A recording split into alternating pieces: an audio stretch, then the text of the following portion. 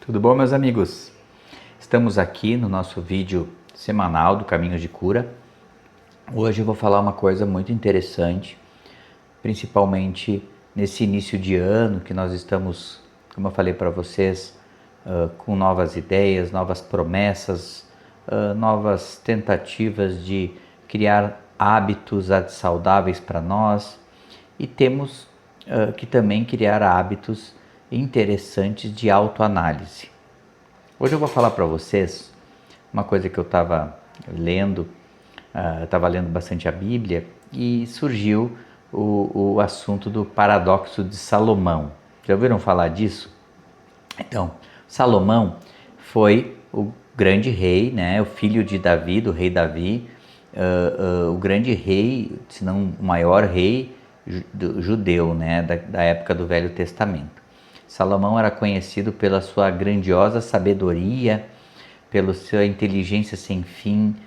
Ele escreveu a Bíblia, escreveu Eclesiastes, escreveu Provérbios. Todo mundo ia pedir ajuda para ele para tomar decisões referente ao reino. Tem aquela famosa decisão de Salomão, né, que foram duas mulheres dizendo que o filho era... Cada uma dizia que o filho era dela, e Salomão falou que ele ia cortar a criança ao meio e dar metade para cada uma. E aí uma das mães disse: não, por favor, eu entrego para outra, mas eu não quero que você machuque o meu filho. E naquela decisão Salomão se deu conta que a mãe que entregou a criança para não ver ela sofrer era a mãe real, né? Todo mundo já deve ter ouvido falar. Então, Salomão era um grande sábio. No fim da vida dele, ele escreveu Eclesiastes e ele falou que tudo que ele viveu, todo o dinheiro, todo o poder, toda a luxúria que ele teve como rei, como grande patrono ali daquela região, não foi bom para ele. Tudo que ele viveu de prazeres materiais, de comida, de sexo, de música, de deleite, de roupas maravilhosas, de joias. Até tem as lendas das minas do rei Salomão, né, que tem as principais joias. Nada foi bom para ele.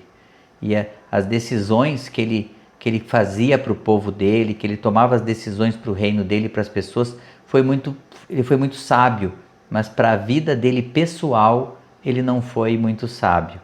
Então, surgiu essa grande história do paradoxo de Salomão. O que é um paradoxo? Um paradoxo é quando alguma coisa é para ser de um jeito e é de outro.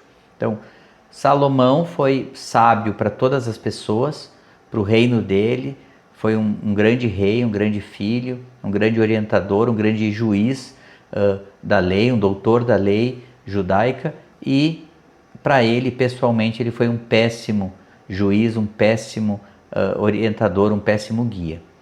Então ele diz uma coisa muito interessante, que quando a gente olha para os nossos problemas ou para a nossa vida, os nossos sentimentos, as confusões, os bloqueios que nós temos, as sabotagens que nós temos, elas turvam as nossas decisões e muitas vezes nós tomamos decisões muito ruins para nós.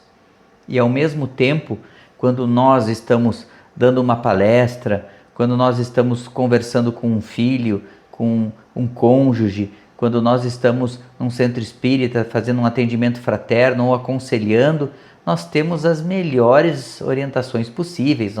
Nós ensinamos as pessoas a ter paciência, a ter fé, a ter disciplina, a ter resignação. Nós damos recomendações de literatura, de sites, de vídeos, de canais da internet para a pessoa procurar ajuda.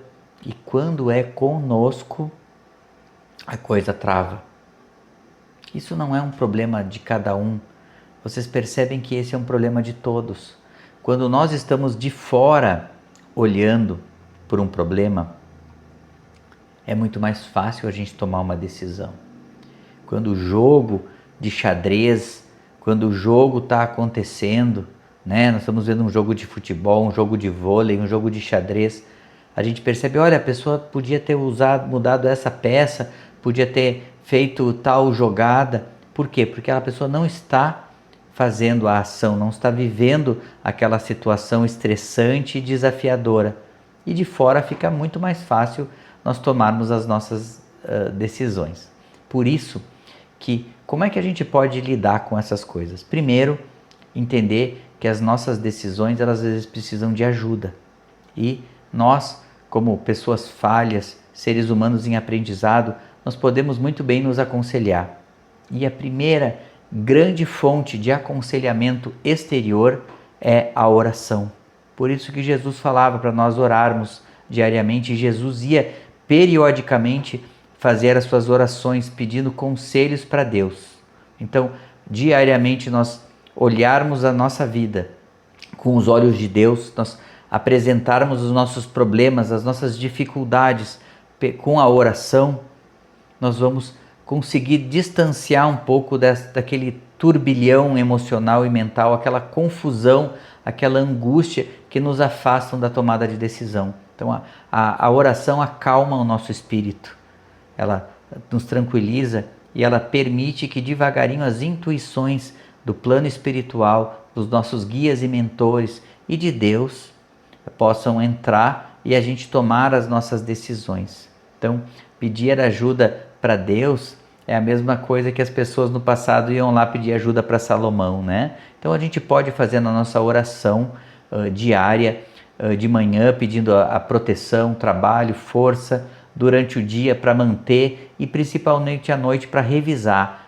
Nós olharmos como foi o nosso dia, o que a gente falou, o que não falou, o que a gente fez, o que a gente deixou de fazer, nossos hábitos alimentares, de saúde e sociais, e revisar isso através da oração, apresentar para Deus isso, e à noite, durante o sono também, através dos sonhos, nós vamos ter as nossas inspirações e vamos ter o nosso caminho. Uma coisa também que a gente pode fazer, que é uma situação que todos nós espíritas temos que divulgar e praticar, que é o culto no Evangelho no lar. Então, escolher um dia, normalmente pode ser domingo, pode ser outro dia da semana, de acordo com a família. Se você é sozinho, você escolha um dia, sente, pegue uma água, apresente uma água, leia um texto do Evangelho, da Bíblia, de algum livro espiritual, espírita, que vocês acham que tenha uma dica boa. Eu uso muito a coleção do Emmanuel, que é Fonte Viva, Vinha de Luz, Pão Nosso, né? Caminho, Verdade e Vida, dentre outros, né?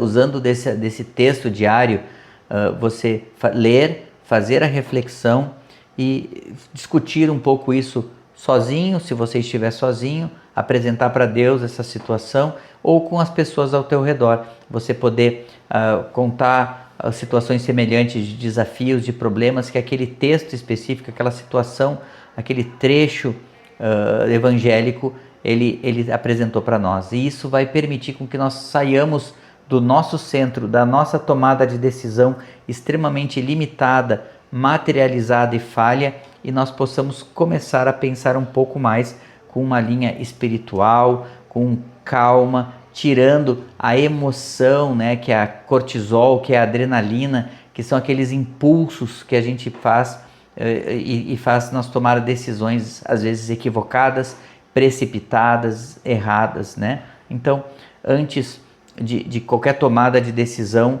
tem um espaço. Viktor Frankl, que foi um grande psiquiatra, terapeuta, ele fala: entre o estímulo e a resposta existe um tempo, e esse tempo nós podemos usar para refletir a nossa ação.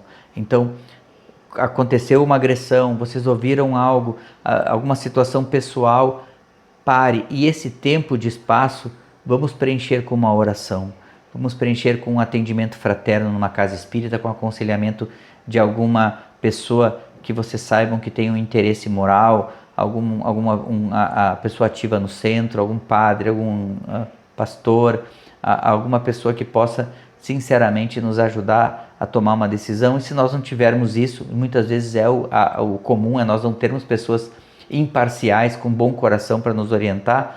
Geralmente, às vezes, a gente pode até ter orientações familiares, próximas, pessoais ou profissionais muito ruins, de pessoas que querem nos prejudicar. Então vamos nos aconselhar com Deus, para tentar quebrar esse paradoxo nas nossas vidas, né? Então esse paradoxo de Salomão, a gente pode vencê-lo quando nós colocarmos os nossos problemas, os nossos pensamentos, os nossos impulsos e apresentarmos em oração a Deus no culto do Evangelho e pedir e ter um tempo de reflexão através do Evangelho de Jesus Cristo para nós tomarmos a nossa decisão. Eu tenho certeza que nós vamos começar a tomar melhores decisões esse ano, tá? Então vamos espalhar para todo mundo a oração diária e o culto do Evangelho no lar semanal para sermos o nosso grande orientador, nosso grande guia para tomarmos as nossas decisões sempre alinhadas com a vontade de Deus e do nosso amado Senhor Jesus Cristo. Muito obrigado, meus amigos.